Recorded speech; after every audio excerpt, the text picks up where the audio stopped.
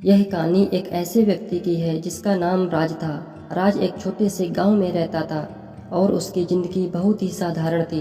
बचपन से ही उसने गरीबी और तंगहाली को अपने जीवन का हिस्सा बना लिया था। उसके परिवार की आर्थिक स्थिति बहुत ही खराब थी।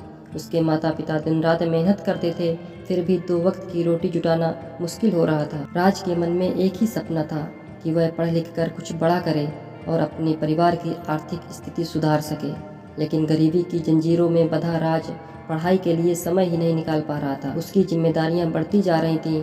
छोटी उम्र में ही उसे परिवार की मदद करने के लिए खेतों में काम करना पड़ता था।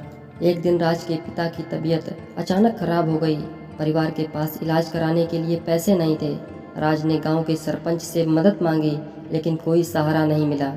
मजबूरी में राज ने अपने कुछ मवेशी बेच दिए ताकि पिता का इलाज करा सके, लेकिन वक्त रहते इलाज न मिलने के कारण उनके पिता का निधन हो गया। यह घटना राज के लिए गहरे दुख का कारण बन गई।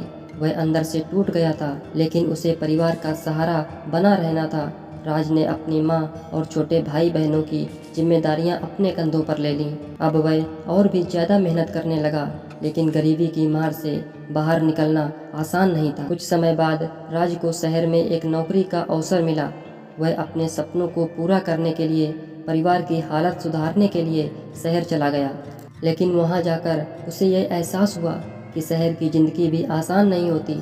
उसे बहुत सी कठिनाइयों का सामना करना पड़ा। काम की लंबे घंटों की शिफ्ट और कम वेतन ने उसे मानसिक और शारीरिक रूप से थका दिया था। राज की हालत दिन पर दिन खराब होती जा रही थी। वह अपने परिवार की हालत सुधारने के लिए अपनी सेहत की भी परवाह नहीं कर रहा था। एक दिन अत्यधिक तनाव और काम के बोझ के चलते राज की गंभीर रूप से तबीयत खराब हो गई। डॉक्टर ने बताया कि उसे ठीक होने के लिए लंबा इलाज और आराम चाहिए, लेकिन उसके पास इलाज के लिए पैसे नहीं थे। यह सुनकर राज की मां ने गांव की कुछ जमीन बेच दी ताकि अपने बेटे का इलाज करवा सके।